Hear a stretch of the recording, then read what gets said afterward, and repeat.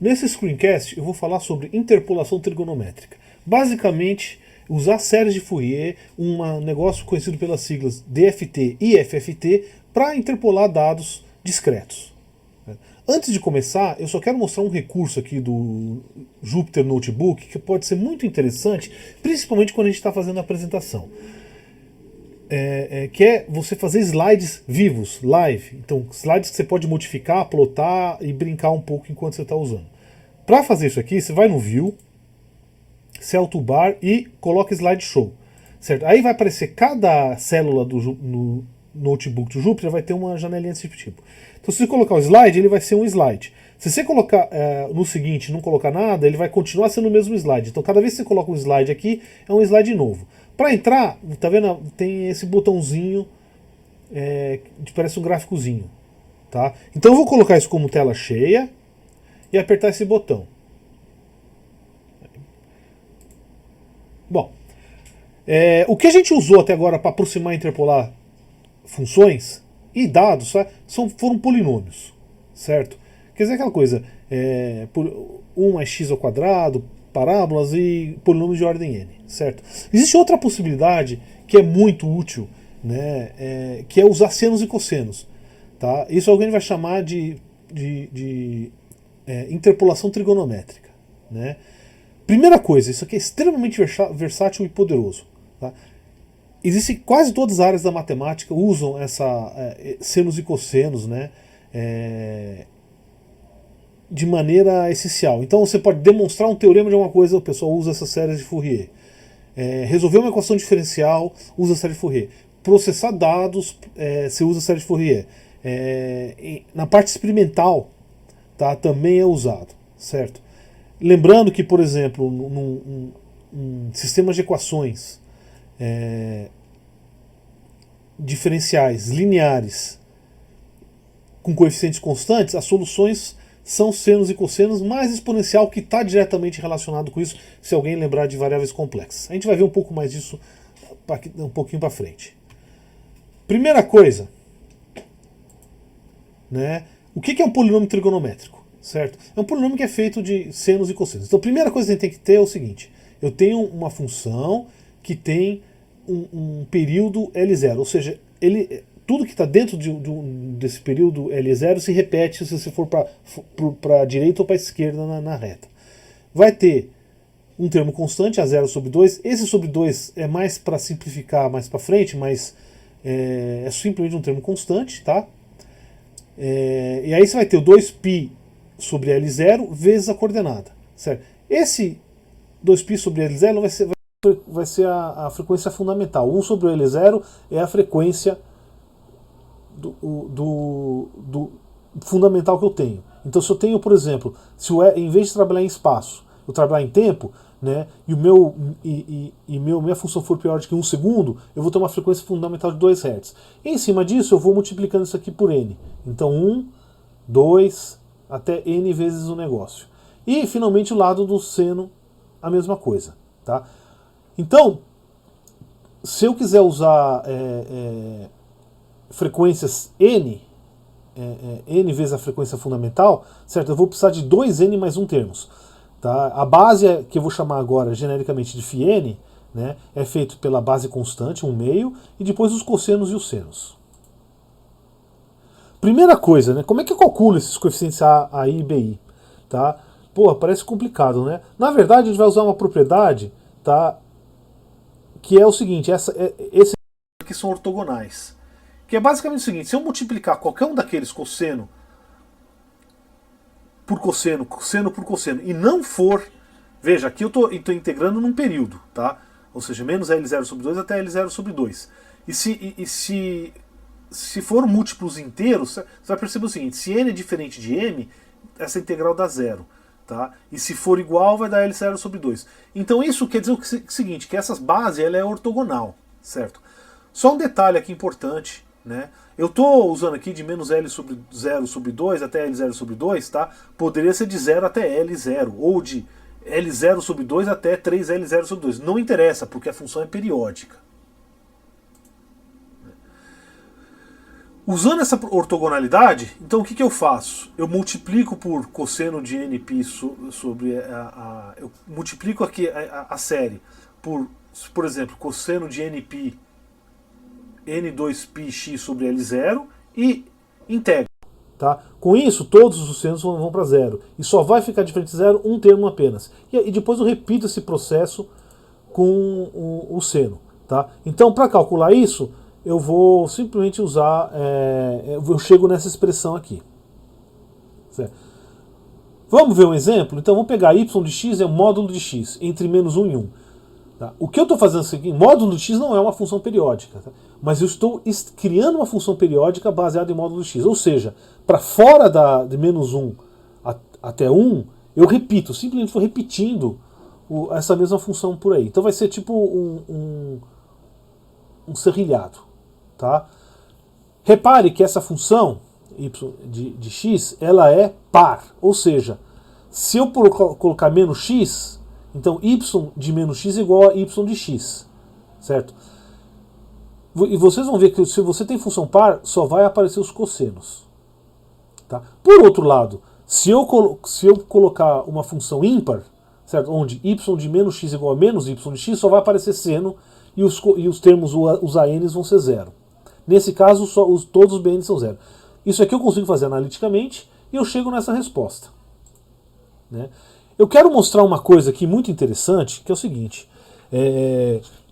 Existem alguns pacotes em Julia, tá, para fazer cálculos simbólicos, né, calcular integrais e por aí. Então um bem facinho de usar, bem simples, é o SymPy, que é uma interface para um pacote Python chamado SymPy. Então basicamente você consegue, é bem simplesinho de usar, então você usa em SymPy, você cria os teus símbolos aqui. Então porque eu quero tratar isso como se fosse um símbolo, né? E aí o que acontece? Aí ele já dá, você vê, ele consegue fazer simbolicamente calcular as integrais. Isso é uma coisa bem interessante. Não é o único pacote para operações simbólicas. Existe um outro chamado Reduce, certo? O SymPy não é muito eficiente, mas é bem simplesinho de usar e está muito bem documentado. Esse Reduce dizem que é bem poderoso, é um pacote tradicional aí, né? Tá por aí. Essa função ABCT vai ser a função que dado um T, certo? E N, né, ele calcula ele calcula a função que a gente está querendo interpolar, tá? Vou usar o pyplot para plotar as coisas, né? E aqui vai fazer, olha, eu vou fazer x, que é o que eu quero, é os pontos onde eu quero calcular a minha aproximação, vai de menos 1 até 1 de 0.002 em 0.002. Calculo a função original, isso é certinho, e agora eu calculo essa aproximação usando a série de Fourier, tá? Usando um termo, 3 termos, 5 termos, 7 termos. Tá? E aí eu vou plotar esses resultados aqui. Percebe que a função ela vai convergir mais ou menos rápido. Um detalhe, né? Você vê que aqui nesses pontos aqui, tá? Você vê que ela tem alguma dificuldade de aproximar bem, certo? Esse é um fenômeno que vai sempre acontecer, tá? Quem vai mandar no erro são as descontinuidades, seja na função ou nas derivadas da função, certo? Então, depois nos exercícios vocês vão dar uma olhada um pouco melhor sobre nisso. Né? Vamos tentar generalizar, voltando para a aula anterior, né? O que eu quero fazer? Eu quero aproximar uma função u de x, tá? Usando uma base ortogonal φ n de x, que pode ser no caso as bases trigonométricas que a gente já apresentou. E vai ser no domínio A até x maior que A e x menor que B. Tá? O que eu quero fazer é o seguinte, quero dizer, olha, o u de x é aproximadamente igual a u delta de x, que é essa somatória aqui. Tá? Se eu substituir esse u delta aqui e comparar com o x, você vai ver que vai ter um erro, certo? E aí eu posso calcular um erro quadrático médio, tá? Que vai ser a integral do quadrado do erro vezes um peso. Essa função peso, né, pode ser genérica, tem aplicações, certo? Na outra aula a gente só usou esse peso igual a 1. Tá? Aqui eu só estou pondo só para mostrar um negócio mais ou menos genérico. Tá? Bom, veja que esse erro aqui depende desses coeficientes U chapéu. Se eu derivar esse erro em relação a cada U chapéu, né, eu consigo minimizar esse erro que está acontecendo aqui, que é o que eu vou apresentar agora. Tá? Então, ou seja, meu erro vai depender desses parâmetros da aproximação, eu derivo em relação a cada um desses parâmetros e vou igualar igual a zero o erro, essa derivada. Com isso eu vou chegar nesse sistema de equações lineares. Veja que aqui é uma matriz formada por essas integrais. É lógico que se você tiver agora uma base ortogonal, essas integrais, esse sistema linear é muito fácil de resolver. Né? O que é uma base ortogonal? É uma base ortogonal onde esse produto escalar aqui, entre φj e φk, com essa função de peso, vale zero se j for diferente de k, e um número que só depende de k, se for igual. Né? Se esse gama de k for igual a 1 para qualquer k, tá, eu tenho o que a gente chama de uma base ortonormal. Aqui, a partir de agora, a gente vai usar o peso W de x igual a 1, certo? Né? E se a gente, usando essa formulação aqui, a gente recupera aquele AN e BN que a gente tinha lá em cima. Não dá para ressaltar isso o suficiente. Sempre que for possível, use bases ortogonais. Tá? Facilita muito o trabalho, é mais estável, não tem que ficar invertendo matriz. Tem hora que não é possível isso, certo? Mesmo nesse caso, se tiver uma ortogonalidade parcial, ou seja, alguns sistemas ortogonais, isso sempre ajuda. Tá? Bom, assim como eu tenho um problema contínuo, eu vou repetir aqui, só repetir o que eu fiz na aula passada, certo? Que é o problema mínimos quadrados discreto. Né? Aqui eu estou colocando o peso, aqui generalizando um pouco mais esse peso, tá? Para mostrar aqui. Vou chegar naquele sistema que a gente tinha chegado na aula anterior, com a única diferença que tem esse peso K, WK aqui.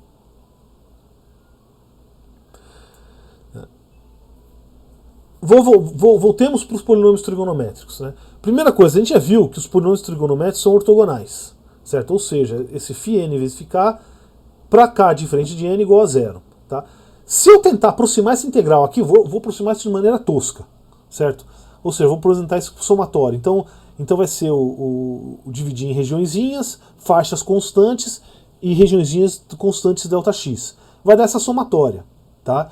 A gente já sabe que isso aqui dá zero, portanto, essa somatória aqui vai ser aproximadamente igual a zero. Né? E aqui eu estou admitindo os pontos igualmente espaçados, que em polinômios trigonométricos é a coisa mais importante. Tá? É essa a situação. Agora, será que isso aqui é só aproximadamente igual a zero? Porque a gente sabe que para a função exata ela é zero, certo? Dá para demonstrar que isso é zero de fato para condições bem gerais. Então, isso aqui demonstra-se que isso aqui é zero, aí você aplica isso naquelas equações e você vai chegar que usando essas relações e identidades trigonométricas, você vai conseguir demonstrar que φn de xi vezes φk de xi i igual a zero até q com k diferente de n é igual a zero, se meu n não for múltiplo de q sobre 2. Tá? Bom, voltando aqui ao n, eu posso usar, se eu tiver os pontos discretos, né, o xj, eu consigo calcular a transformada de Fourier real discreta. Tá? Então aí você calcula basicamente usando aquela relação de ortogonalidade discreta. Um outro jeito de fazer isso é, novamente, fazer o que eu fiz lá para demonstrar aquilo lá. É calcular essa integral diretamente, tá? E aproximá-la. Então, como eu só conheço o x em alguns pontos, tá? Eu vou aproximar e vou chegar no mesmo resultado, certo? Isso é uma coisa, né, que vocês vão ver na literatura. Né? A literatura mais antiga, onde tudo era analógico, né, então a gente está falando esse tipo de coisa, ela sempre fazia desse jeito. Então aproxima as integrais, não sei o quê. Se você começa a pegar a literatura mais recente, principalmente do pessoal de elétrica, tá? Que é tudo digital, né? Eles nem entram com a parte do contínuo, tá? Eles trabalham diretamente com essas relações discretas, né? Ambas as abordagens, você fazer calcular essas transformadas a partir da transformada contínua, né? A partir de série dados contínuos, a gente tem, principalmente para engenheiros mecânicos, civis, aeronáuticos, assim, tem um embasamento teórico forte, a gente tem uma mais fina, a gente consegue entender um pouco melhor, né? Mas, por outro lado, trabalhar diretamente com a coisa digital, tudo discretizado, tá? É bem mais simples muitas vezes. Então, assim, aí dependendo da literatura, vai ter outro, e tem hora que um é vantajoso, tem hora que o outro é vantajoso. Para o pessoal de elétrico, qual que é o objetivo deles? É fazer filtros digitais, por exemplo, né? A gente, no mecânico, a gente quer ver um problema de vibração, por exemplo, a gente quer analisar um sistema contínuo. Então, vai depender muito de aplicação, mas no fundo as duas coisas são semelhantes e dá para transformar um no outro. Vamos voltar para aquela série anterior, tá? Então, vou fazer uma função que calcula aqui a aproximação dessa função, certo? Tá? Então, dado meus coeficientes A e B, né, ele vai calcular o valor de y em dado x, tá? Simplesmente a somatória da série de Fourier. Começo com A0 sobre 2 e aí vou somando para cada n o termo do cosseno e o termo do seno, e repare que tem aqui esse i aqui, eu vou multiplicando a frequência, né? Para calcular os termos, né, simplesmente usar aquela definição lá da integral, soma dos pontos desse cosseno, né, e aí vai, bem simples, tá? Não tem muito segredo.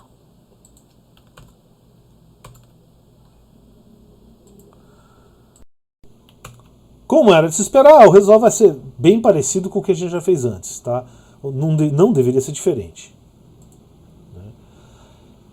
Problemas digitais, certo? Quando você está falando de um problema digital, né, aqui só uma questão de terminologia, né? Digital, se eu quiser ser mais rigoroso, eu vou estar falando de um problema discreto no tempo, certo? Digital seria os meus dados, tipo os y, j, né? Em vez de ter uma função de x ou uma função de t, né, que é muitas vezes no tempo, certo? Eu vou ter uma função discreta, ou seja, são dados pontos, certo? Num problema digital, de fato, esses aqui seriam digitalizados, por exemplo, 16 bits, tá? O que a gente tem, por exemplo, numa placa de aquisição de dados, certo? Mas eu vou usar o termo digital porque fica parecendo moderninho, pessoal, e se não é estritamente correto, né, as pessoas entendem desse jeito. Então, o que eu tenho num problema digital? Certo? Eu tenho uma sequência de pontos e a taxa de amostragem, certo? Que no caso aqui eu estou trabalhando no espaço, ΔX, né? Mas poderia ser ΔT. E a maioria das aplicações que a gente vai ver em laboratório vai ser ΔT. Né? Agora, em numérico, resolver equação diferencial, por aí, vai ser geralmente ΔX. Tá, o que é o ΔX? É o XJ mais 1 menos XJ, que é constante para qualquer um. Eu estou admitindo aqui que são pontos igualmente espaçados, certo? Novamente, eu vou aplicar aquela equação para os ANs, né? Agora, repara que o XJ, nesse caso, pode ser dado por o L0, substitua aqui o valor da definição L0 igual a ΔX vezes Q, né? E aí vai chegar num resultado aqui, olha só, 2 sobre Q, YJ cosseno 2π NJ sobre Q. Repara que nessa formulação aqui não aparece mais o ΔX, só aparece os pontos e os pontos individuais e o número de pontos, mais nada, tá? Mesma coisa o BN. Então esse é um negócio interessante aí que a gente precisa lembrar. É conveniente, certo? Se bem que muitas vezes causa confusão, né, trabalhar com a forma complexa da série de Fourier. Se você definir um coeficiente do tipo desse jeito, ou seja, Cn igual a 0 sobre 2, Cn igual a 0, a 1 meio de AN menos I, onde I é a identidade complexa, né, Bn para n maior que 0 e a 1 meio de AN mais IBN se n for menor que 0. Certo? Então aquela minha série, meu polinômio trigonométrico vai ter essa forma aqui. Né? E o meu coeficiente vai ser bem parecido com o AN e o BN, certo? Mas trabalhando com um exponencial. Tá? você percebe que agora já não tem mais aqueles seno, cosseno separado, está tudo englobado aqui. Né? Agora, como a gente vai estar trabalhando geralmente com funções reais, tá? Se a função for real, então o que eu vou ter? A partir dessa definição aqui eu vou ter que o Cn é o complexo conjugado de C menos N. Ou seja, aqueles meus N que ele precisa estar aqui, porque é isso que vai cancelar os Is aqui, né, porque é uma função real, mas em termos de informação só precisava do Cn, não do C menos N. Né? Novamente, eu posso fazer isso de maneira discreta. Tá? Eu vou apresentar isso como calculando integral de maneira aproximada. Certo? E aí eu vou chegar ao Cn igual a somatória 1 sobre Q de YJ exponencial disso aqui. Novamente você vê que não aparece o ΔX, ΔT, só aparece o Q e os pontos. Tá? Essa coisa aqui, essa operação aqui, é a chamada transformada discreta de Fourier. Certo? Aí como é definido exatamente se 1 sobre Q está incluído ou não, aí vai depender da biblioteca que você está usando, mas assim, é essa somatória aqui que a gente chama de transformada discreta de Fourier. Tá? Se vocês analisarem isso aqui, essa operação, certo? Se eu quiser calcular isso para todos os n's, né? Tá? 1 sobre x, k igual a 0 até n menos 1, certo? Para n igual a 0 até nzão, até n menos 1, né? O que eu vou chegar é que isso aqui é uma multiplicação de matriz. Certo? Então a operação da transformada discreta de Fourier é uma operação de multiplicação de matriz por um vetor. Tá? Se eu tenho n dados aqui, essa matriz aqui é conhecida, facilmente só saber o n você já sabe calcular essa matriz, certo? Então isso aqui vai ter um custo n ao quadrado, ou seja, o número de somas, multiplicações é da ordem de n ao quadrado. Repare, ó. Então, para cada linha vai ser essa linha vezes essa linha aqui. Então, vai ter n multiplicações e n somas. Tá? N vezes. Certo? O que na literatura se chama FFT, tá? É a transformada rápida de Fourier. Basicamente um algoritmo, tá? Que calcula essa somatória muito rápido. Né? Como eu falei, o custo dessa somatória aqui, se a gente for calcular para todos os pontos, é Q ao quadrado, onde Q é o número de pontos. Certo? Qual que é o problema disso? Se você começa a aumentar muito o número de pontos, o número de operações fica muito grande. Então, se eu estou falando, se tem 10, vira 100. Se é 100, vira 10 mil. Se vira 1000, vira 1 milhão. Tá? De maneira que isso aqui torna proibitivo. Em 1965, dois caras publicaram um artigo, Cooley e Tukey, né, que propuseram a transformada rápida de Fourier. E eles conseguiram fazer o quê? Reduzir o custo computacional disso aqui. Tá? Em vez de ser Q ao quadrado, vai ser Q vezes log de Q. Onde o Q log é o logaritmo na base 2, certo? Tinha algumas restrições na época, né? Ou seja, esse Q aqui, o número de pontos, tinha que ser um número potência de 2. Certo? Não podia ser qualquer número. Então você vê muito na literatura, todos os exemplos que ele dão para processamentos de sinais, é sempre com 1024 pontos, 4096, sempre potência de 2 por causa disso. Hoje em dia isso não é estritamente necessário. Então aqui eu vou plotar mais ou menos como é que é o custo computacional do negócio. Então esse aqui, ó, essa curva aqui seria um custo linear, tá? Ordem Q. Tá? O laranja é o Q ao quadrado. Você vê como ele cresce muito mais rápido. Se por aqui está tudo na mesma ordem de grandeza, aqui ele está 5, 6 ordens de grandeza diferentes. E entre os dois fica o Q vezes log 2 de Q. Tá? Repara que para Q grande, ele é praticamente igual o comportamento do Q. Tá? Ou seja, aquela coisa, o Q, a gente querer fugir do Q não é possível. Né? É ser muito ambicioso. Certo? Quanto mais pontos, mais trabalho você vai ter. Tá? Mas se você tiver a segunda coisa melhor, depois de ter uma operação de custo Q, é ter uma operação de Q log Q, que, como dá para ver nesse gráfico. Né? Para implementar essas coisas, tá, existe um pacote no Julia que chama FFTW. Né? Na verdade, ele é um wrapper em torno de uma biblioteca chamada FFTW, que é Fastest Fourier Transform of the West. Tá? Inclusive, né, um dos caras que desenvolveu essa FFTW originalmente é um cara bem ativo na comunidade Julia, um professor lá do MIT, tá? Stephen J. Johnson. Né? Teoricamente, essa biblioteca aqui ela é extremamente rápida. Tá? Então, por exemplo, originalmente o FFT era rápido para potências de 2. Depois conseguiu fazer, né, aquele comportamento n log n, certo? Para potências de números primos pequenos. Né? E agora, as versões mais recentes de FFTW, ele consegue ter esse desempenho para qualquer tamanho de um vetor. Tá? Então, hoje em dia, se você quiser fazer uma FFT, você não precisa mais ficar se limitando a 1024 pontos. Tá? Dá para fazer de qualquer jeito. Né? Exemplos. Tá? Eu vou pegar uma função aqui, ó, vou pegar a frequência 1 Hz. Tá? Vou fazer um ponto entre 0 e 1, uma sequência de pontos, plotar o seno e vamos ver o que acontece. Certo? A frequência vai ser dado por isso aqui, né? E vou plotar a parte real e a parte imaginária daquela coisa. Repara o seguinte, então eu tenho 1 Hz, ó, aqui ó, 1 Hz. Você vê, ó, o vermelho é a parte imaginária, o azul é a parte real. Como eu estou plotando o seno, tá, a parte real é sempre 0. Tá? E aqui a gente tem menos meio, né? Tem aquele fator de 2 lá, tá? Que é para a parte imaginária. Né? Se eu variar a frequência, vamos por 2 Hz.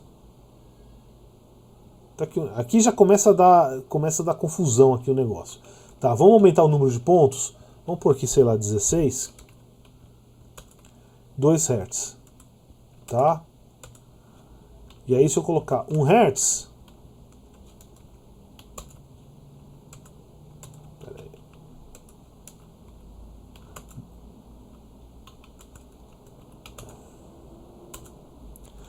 4. E você vê que tem esses pontos aqui.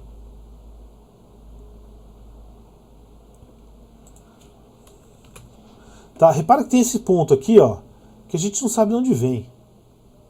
Né? Depois eu vou explicar isso. É uma simetria que tem aqui na transformada de Fourier discreta.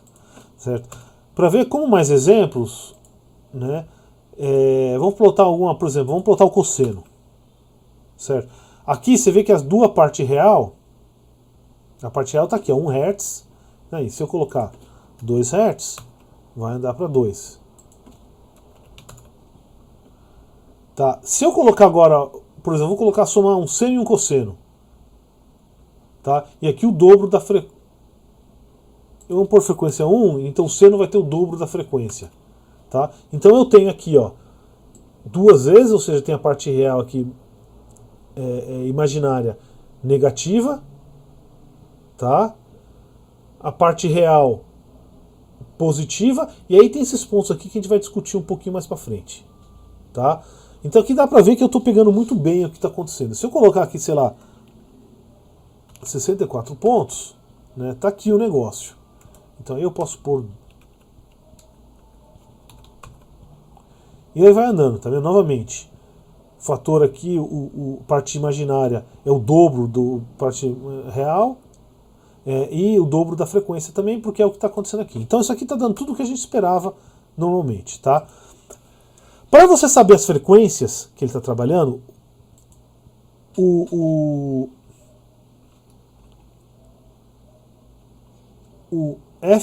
FFTW tem essa função FFTFREQ, que você dá um número de pontos.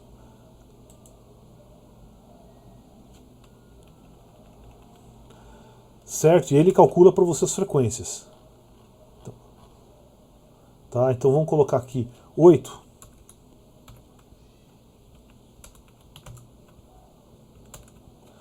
Tá aí. Tá? Então a gente vai ter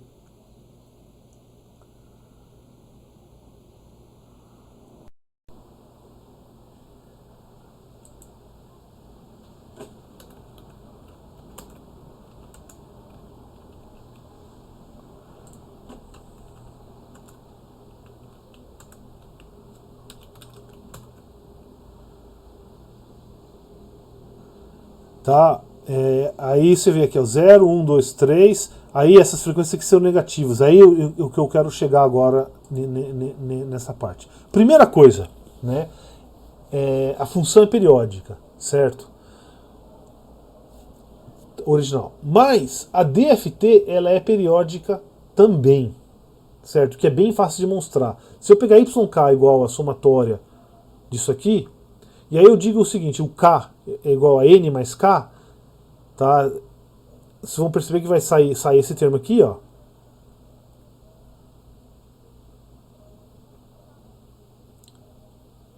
Tá? Esse termo aqui, quando o J é inteiro, certo? É basicamente sempre 1, né? Porque é cosseno de θ, onde o θ vale isso aqui, mais I seno de θ, menos I seno de θ. Múltiplos de 2π, tá? O seno é sempre 0 e o cosseno vale sempre 1. Então o que está acontecendo? Y de n mais k é igual a 1 sobre n, certo? Tá? É igual a y de k. Tá? Então primeira coisa, isso aqui, a DFT é periódica. Agora, se os dados forem reais, então vamos só mostrar um exemplo de aliasing. Né? O que quer dizer isso? Certo? Quer dizer o seguinte. Então eu estou pegando aqui, ó, 4 ciclos, né? E aí eu estou fazendo a frequência de 3 Hz, tá? Aí o que eu fiz? Eu estou pegando aqui, ó, 13 pontos. Então meu sinal é isso aqui. Aí eu estou mostrando esse sinal nesses 13 pontos. Repara que na hora repara na linha vermelha, como meus pontos parece ter uma frequência mais baixa, né? Isso é o que a gente chama de aliasing. Ou seja, se você tiver frequências mais altas, tá, o que vai acontecer? Elas vão ser refletidas, elas vão aparecer no teu sinal na hora que você mostrar ela com frequências baixas. Para não acontecer isso, você tem que garantir que tua frequência de amostragem, ou seja, 1 sobre o ΔT aqui, tá, entre cada ponto, seja maior do que o dobro do sinal, da componente do sinal que tem a maior frequência, tá? Que é o critério de Nyquist. Então, se a gente for ver aqui, vamos pegar aqui. Eu vou colocar aqui, sei lá, 32. Né? Você vê, ele não está pegando muito bem. Tá? Vamos pegar aqui, ó, 128. Certo? Se eu pegar 128, poxa, eu estou representando muito bem o meu sinal. Tá? Deve ter um errinho por aí, mas tá bem legal. Se eu pegar 64, tá aqui, ó. Vamos pegar 32. Olha, isso aqui tá ruim, mas ainda estou pegando a essência do sinal, ou seja, ele sobe e desce. Né? Se eu pegar agora 16, opa, aqui já foi o negócio. Por quê? Se eu tenho uma frequência de 3 Hz, tá?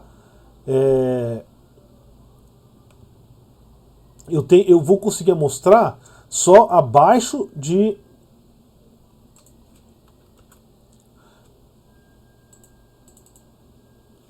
eu vou precisar ter uma frequência mínima de amostragem para conseguir isso. Se chegar em 24, aqui, aí ele já vai 0. Agora 25. Aqui já começa a pegar alguma coisinha. Tá? Esse é o teorema da amostragem, o teorema de Nyquist, certo? O que é algo muito importante, principalmente quando você vai fazer aquisição de dados num experimento. Né? Qual que é a moral da história? Você vai fazer o experimento, certo? Então você vai ter que estimar qual que é a frequência mais importante que você vai querer adquirir. Né? Sei lá, 1 kHz. Tá? Aí o que você vai fazer? Você vai colocar um filtro, né, que filtre tudo isso acima. Então você coloca, sei lá, um filtro de 2 kHz. E aí você adquire o teu sinal a pelo menos 4 kHz. Na prática, o mínimo aceitável é ser 4 vezes a frequência máxima do teu sinal. Né? O melhor ainda é quando você tem um fator de 10. Tá? Então se você quer ler um sinal de 1 kHz, você põe um filtro de 15 kHz e adquire a 10 kHz o sinal. Esse é o ideal. É lógico que muitas vezes não é possível, tá? E aí você vai ter que começar a ter coisas desse tipo aqui, você vai perdendo um pouco o sinal aí. Tá? Aqui vocês podem depois baixar o notebook e dar uma brincada com isso. Né? Agora vou voltar a o que acontece quando eu tenho frequências negativas, né? Quando o sinal é real. Tá? Então, basicamente eu coloco aqui, em vez de YK igual a somatório, vezes exponencial de menos 2πk, quando eu coloco menos k, esse aqui fica positivo, certo? E vocês, se meus números aqui são reais, se os YJ são reais, tá? Isso é simplesmente o complexo conjugado, certo? Então, o que acontece? Tá? Além de ser periódico com um período n, ele também tem essa questão de conjugado. Se eu começar com y menos k, ele vai ser periódico. Tá, então vai ser com período n. Portanto, y menos k vai ser igual a... aqui eu tenho que mudar. Tá? Que vai ser igual ao complexo conjugado de yk. Certo? É daí que vem aqueles terminhos de frequência mais alta. Né? Então vamos dar uma olhada aqui, por exemplo. Está aqui, ó. Tá? Então eu peguei 4 pontos... um seno de frequência 1 aqui, certo? Então tem 1, aí tem esse outro sinal aqui. Vamos aumentar o número de pontos? Tá? Tá aqui, ó, 1 Hz. E aí tá aqui. Se eu colocar 2, aqui, ó, ele vai vindo para cá. Tá? 3, vem para cá. 4 Hz. Aqui você vê que ele dá tudo 0. Né? Repara, o 1 vezes menos 16. Você vê que aqui eu já tenho um problema para representar o sinal. Se eu colocar 5, opa, eu estou pegando 5 Hz, olha só. E tem um problema. Essas frequências mais altas começam a refletir na frequência mais baixa. Certo? Que é aquele fenômeno do Elias que eu já mostrei aqui. Ou seja, eu tenho uma frequência alta, que como eu estou subamostrando, ela aparece, ela contamina meu sinal com uma frequência mais alta. Se eu sei que meu sinal é uma senoide ou soma duas senoides, é meio fácil de recuperar o sinal original. Agora, quando você tem um sinal de verdade, prático, né, com várias componentes e ruído, esquece, você vai ter problema. Então, você pode estar tendo aparecendo uma frequência aqui, não porque ela seja parte do sinal, e sim porque é uma frequência mais alta que não te interessa. Tá?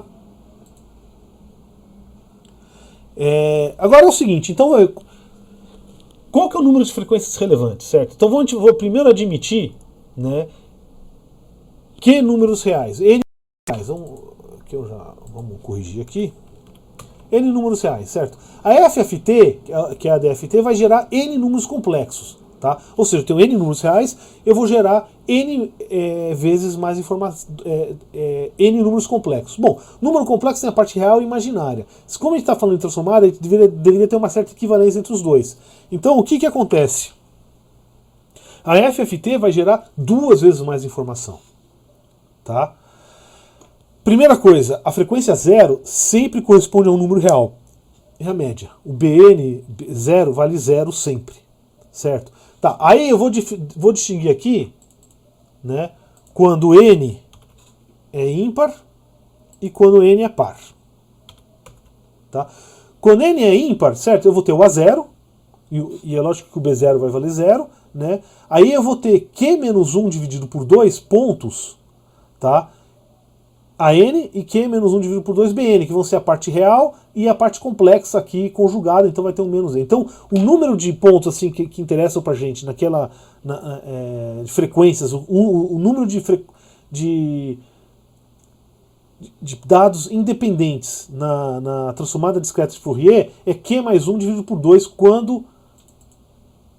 aqui deixa eu voltar aqui tudo para Q.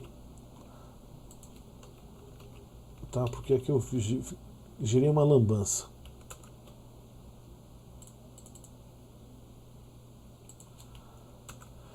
Tá, onde n é o número de termos lá independentes. Tá? Se n for par, então eu vou ter Q sobre 2 a n e Q sobre 2 mais o B1 mas Q sobre 2 vale zero. Tá? Ou seja, então eu vou ter um seno a menos ali do que cosseno. E o número relevante é Q2 sobre 1. A gente vai ver isso aqui, ó. Tá? Essa funçãozinha aqui já mostra. Então, ele vai estar fazendo exatamente aquela operação. Tá, para quem não sabe, essa operação percentual aqui, esse operador é o módulo, certo? Basicamente ele retorna o resto, tá? Então, de uma divisão inteira, tá? Então você pega dois números inteiros, um divide por outro, o módulo vai retornar o resto, né? Essa função div faz a divisão inteira, tá? Ou seja, a divisão normal, então se eu pegar aqui, por exemplo, 3 dividido por 3 dá 1.0, você vê que ele retorna um ponto flutuante. Se eu fizer 3 dividido por 2, dá 1.5. Agora, se eu colocar div de 3, 3,3, eu vou ter 1. E 3,2 também vai dar 1. Opa. Espera aí que eu me perdi aqui. Tá? E aí se eu fizer aqui, ó, 3... Tá, então vai ter isso aqui e o resto vai ser o 3 módulo 2. Tá?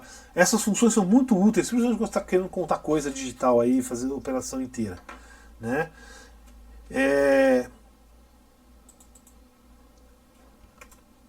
Tá, se eu tiver 3 pontos, você vai ver que vai ter 2 úteis, né? 2 que são independentes. Tá? 4 vai ser 3. 5 vai ser 3 também. Você vê que quando é ímpar ele economiza um pouquinho de memória. Tá? Mas em termos de operação básica dá na mesma. Né? Existe uma função, tá, chamada RFFT, que é especializado para números reais. Então, com essa função você não vai ter que se preocupar, tá, com aquele número de úteis lá. Então ele vai simplesmente retornar um interessante. Ele vai retornar números complexos, tá? Mas deixa eu corrigir aqui que acho que ficou meio.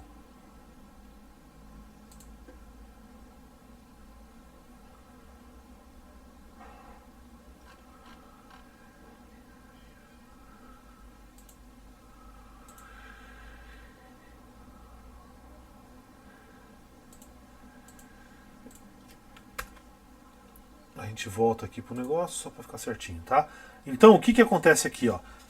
Repara o seguinte, tá? Então ele vai retornar só aqueles números relevantes aqui. Comparando com o FFT, olha só, primeira linha igual, segunda linha igual, terceira linha igual. Aí essa aqui já começa a dar o complexo conjugado dessa aqui, e essa aqui é o complexo conjugado dessa aqui, tá? E aqui eu não repito essas coisas. Certo? Então isso aqui é bem prático, bem útil na hora de você fazer algumas contas aí. Né? Vamos ver um número par aqui, só para... Novamente, vai ter o...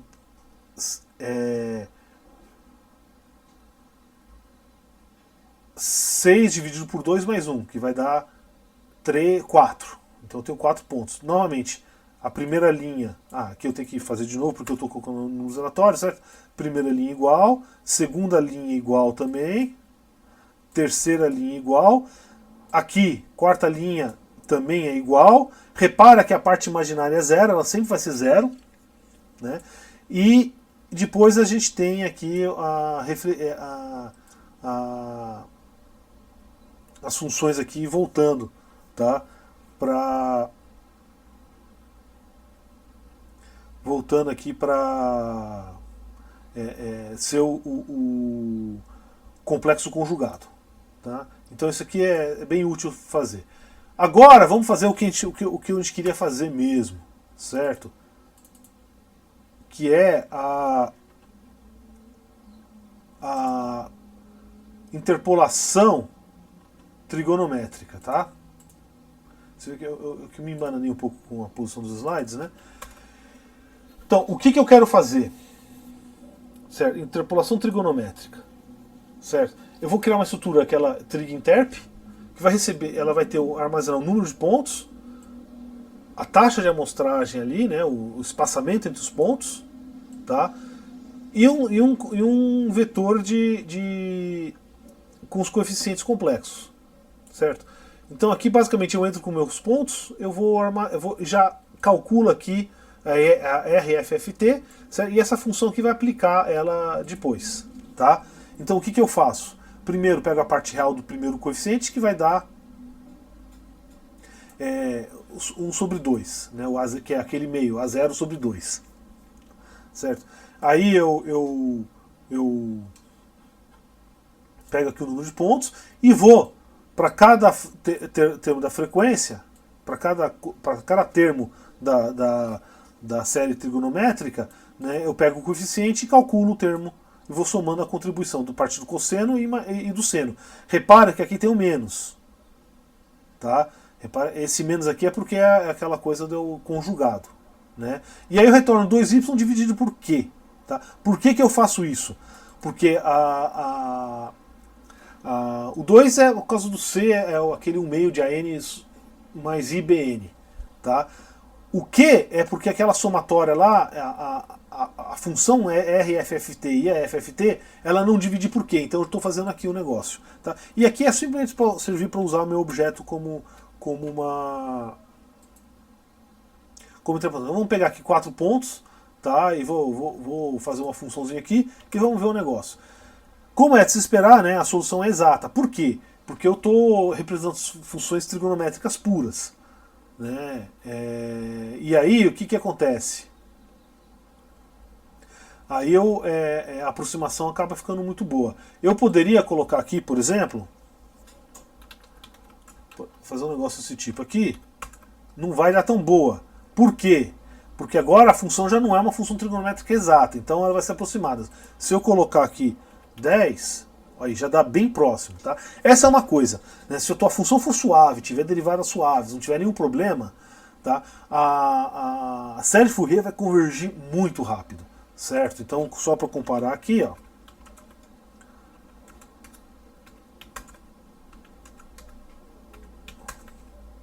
Tá aí. Tá? Então,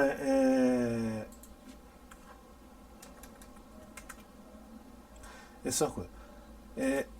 E se eu usar o FFT e não RFFT? Certo? Se você está trabalhando em várias linguagens, não tem esse RFFT. Então, por exemplo, a não ser que você tenha um pacote externo. Então, por exemplo, no R, ele tem um FFT apenas. Certo? Então, o que você faz? Opa, eu apaguei o negócio? Ah, tá, pera aí. Novamente, gerei uma lambança aqui.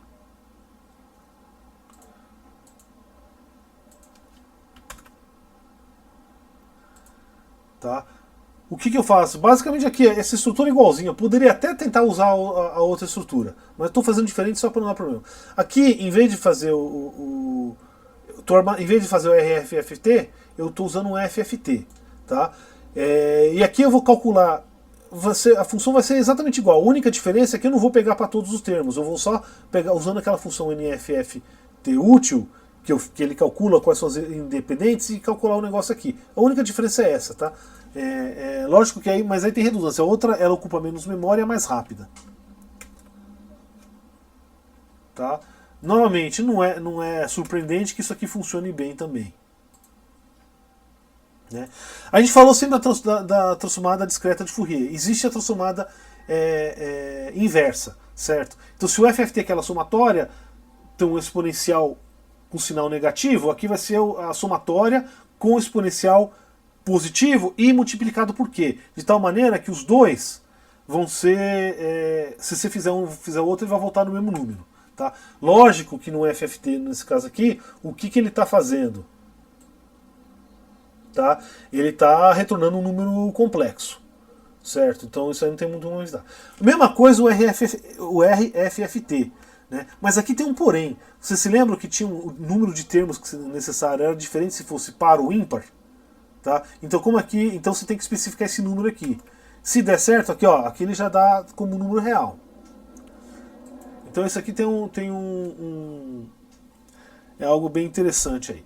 Bom, existe uma função, né, o pessoal usa muito, MATLAB, por aí, que se chama resample. Tá? Eu estou implementando aqui uma versão tosca. Tá? Basicamente é o que? Né? Essa função vai pegar, olha, eu tenho um sinal, tá? E eu quero amostrar esse sinal. Então, por exemplo, se eu tenho meus pontos aqui, certo? São, sei lá, a cada 1 segundo que eu amostro ele. Ah, eu quero pegar a cada 0,1 segundos. Tá? Como é que eu faço? Né?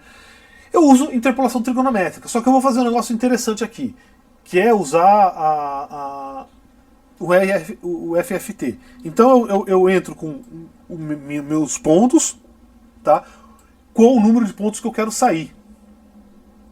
Certo? Então aqui eu calculo qual que é o número de pontos, faço o RFFT, calculo quanto desses aí, né, é útil, certo? Que é basicamente o comprimento disso aqui. E qual que é o de saída? Aqui eu poderia substituir por length de x, tá? Que seria mais rápido, né? Aí o que eu faço? Eu crio, em função desse cout, eu crio um número de pontos, o número de termos que eu vou calcular na saída. Tá? Aí eu pego entre o menor entre os dois e igualo. O resto é tudo zero. Tá? O bom disso aqui é o seguinte, eu posso mostrar menos pontos. Então se eu estou pegando a cada hertz, eu quero pegar a cada segundo, eu vou pegar a cada 3 segundos. Aí ele vai reduzir. Mas se for a mais, ele vai interpolar. Tá? E aí eu faço a transformação inversa. A única detalhe aqui, ó, que na hora de fazer as coisas eu tenho que corrigir por isso aqui. Por quê? Essa IRFFT, o que ela faz? Ela multiplica pelo Q. E como os Qs, como eu estou diminuindo, os números são diferentes, então eu tenho que compensar aqui em cada termo. Tá? Vamos ver se isso aqui funciona?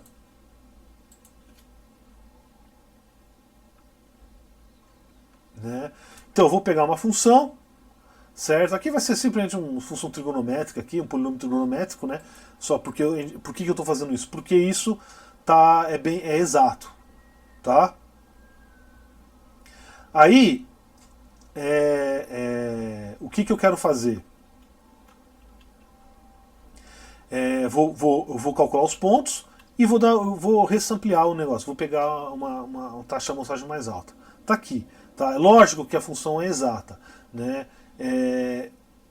Eu quero ver aqui, por exemplo, o que acontece, por exemplo, se eu fizer o cout, em vez de ser maior, que aqui eu estou pondo 32, tá? Eu vou colocar o cout menor.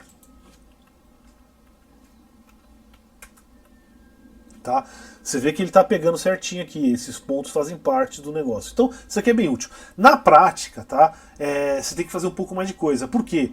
Se teu sinal ele for descontínuo, vai dar um ruidinho aqui. Então a implementação, sei lá, no MATLAB ou no Python aí e mesmo num pacote chamado DSP ali do Linux, ele vai ter algumas coisas a mais aí, alguns dados a mais aí para poder fazer isso.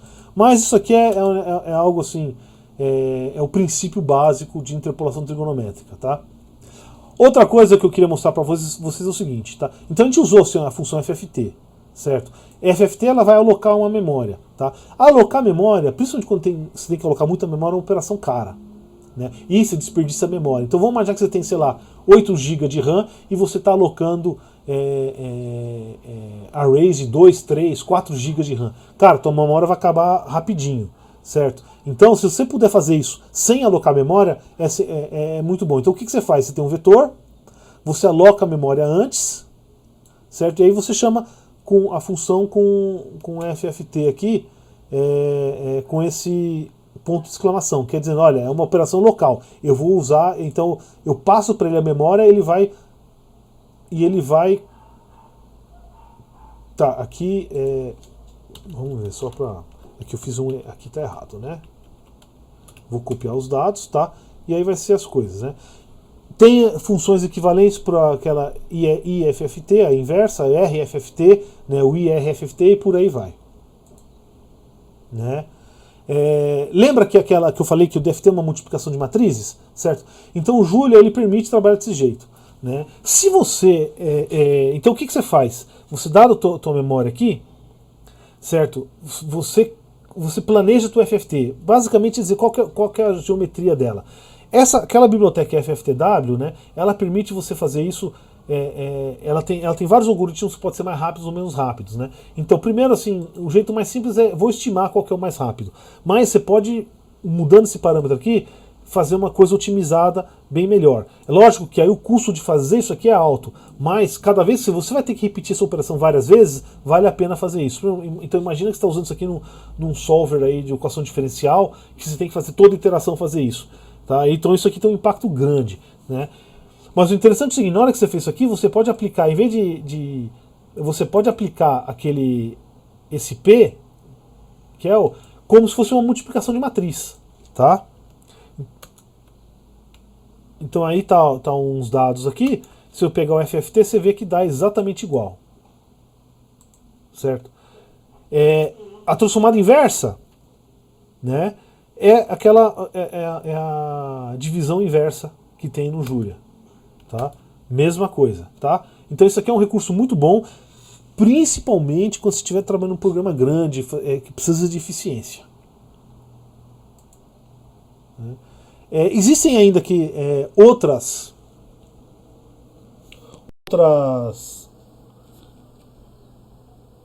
né, funções. Então, por exemplo, DCT, que é o Discrete Cosine Transform. Então, em vez de você só trabalhar com senos e cossenos, admite é só cossenos. Tá? E aí tem inversa, tem transformação de seno, né? Tem uma interface mais genérica que faz o diabo e o mundo aí. Tá? Quiser ver mais, entra assim naquela fftw.org, tá? Que ele vai ter toda a documentação do código em C. Né? A interface no Julia é mais ou menos simples. Tá? Só uma coisa, esse DCT aqui, o Discrete Cosine Transform, transformada de cosseno discreta, né? Mas que coisa mais do que é extremamente útil, extremamente poderosa. Tá? Se não me engano, compressão, tipo de imagem, essas coisas, usa isso aí. Certo? Então eu estou falando, sei lá, JPEG, isso aqui usa esse tipo de coisa. Tá? Quem tiver curiosidade, vai na Wikipedia e procura o Discrete Cosine Transform. Certo? O que eu fiz agora foi tudo transformadas unidimensionais. Né? De fato, tá? As bibliotecas e todas essas funções que a gente está usando aqui também funcionam para problemas multidimensionais. Então, quando você está trabalhando com, por exemplo, processamento de imagem, certo? Você vai estar trabalhando com transformadas multidimensionais. Se eu estiver resolvendo equações diferenciais num domínio XYZ, eu vou trabalhar com 3 dimensões, eventualmente. Tá? Então, a gente vai dar uma olhada nisso aqui mais para frente, mas por enquanto eu só queria introduzir isso. Tá? Fourier é extremamente importante, certo? A gente tem muito uso, então a gente vai voltar para isso mais para frente. Mais para frente eu vou querer falar um pouco de espectro, né, que é algo muito importante na parte experimental, e filtros digitais, certo? Então, por isso que eu dei isso aqui, porque para já começar a se acostumar com isso, né? Algumas questões que eu não discuti, certo? A gente está dizendo assim, olha, eu trunquei, a série de Fourier é aquele n tendendo a infinito, certo? Será que ela converge para a função original? Que condições que ela converge, né? E se é rápida essa convergência? Tá? Primeiro, a série Fourier ela converge em condições extremamente genéricas, certo? Ela pode ser descontínua, tá? Ela pode ter ou derivadas descontínuas, ela vai convergir. Então, se ela for descontínua, por exemplo, ela vai convergir para o ponto médio entre os dois lados da descontinuidade, tá? Mas não quer dizer que seja bom para usar esses casos. Ele vai ter oscilação, tipo que o fenômeno de Runge acontece aqui no Fourier em torno de descontinuidades, tá? Mas para funções periódicas suaves não tem coisa melhor. Então, se você tem alguma coisa periódica e você quer rodar, você vai ter que a melhor opção que você tem é Fourier, certo? E é lógico, você sabe que a função é par, nem faz Fourier completo, faz só cosseno. Sabe que a função é ímpar, faz seno, entendeu? Então tem todo esse tipo de coisa que dá para fazer. Tá? Vou discutir rapidinho os problemas, né? Primeiro, o problema é parecido com aquele problema original lá do módulo, tá? Que basicamente diz, olha, y de x para x menor que 1 é menos 1, tá? Para x maior que 0 igual a 1, né? E aí repete isso, periódico. Tá? Tem uma descontinuidade, é uma escadinha, né? É um pulso de degraus. Tá? Acha os coeficientes a, n e bn, né? Plota a série de Fourier para diferentes números de termos da série. Vamos ver se a gente consegue observar alguma coisa estranha. Tá? Qual que é a relação dessa função com aquela função de módulo? certo? Existe alguma relação? E qual que é a relação entre os coeficientes? Tá? É algo que pode ser interessante. Né? E use interpolação trigonométrica para comparar aí, para ver quão bom é. Né? O problema 2 é simplesmente verificar aquela ortogonalidade discreta da base trigonométrica. É pegar isso aqui e ver se isso é verdade. Tá? Testa, dá uma brincada. Né? Aqui, pegando aquela definição matricial, implementa a DFT. Certo? Vê qual que é o custo computacional com isso. Isso é basicamente a multiplicação de matriz, uma matriz por um vetor, né? Aí então você vai ter que ter um loop duplo, né? For i igual a 1 até n, for j igual a 1 até n, certo? Aí inverte a ordem, o i e j, vê o que acontece no desempenho, tá? Esse tipo de coisa é muito interessante para você começar a entender como funciona o computador. Né? O problema 4 cara, esse é meio desafio, certo? Quem quiser, procura na net ou em algum livro, tá? Como é implementado a FFT. Tenta implementar. Não é muito difícil, certo? Aqui eu vou deixar, é um exercício bem interessante. Né? Eu vou deixar como problema 5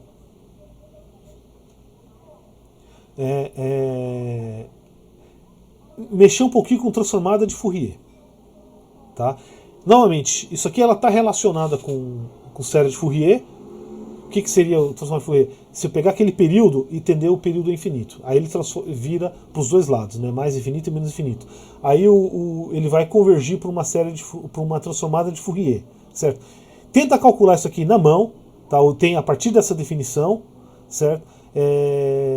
A transformada de Fourier para essa função janela. Né? Que ela vale 1 para x menor que entre menos 1 e 1 e 0 para o resto. Tá?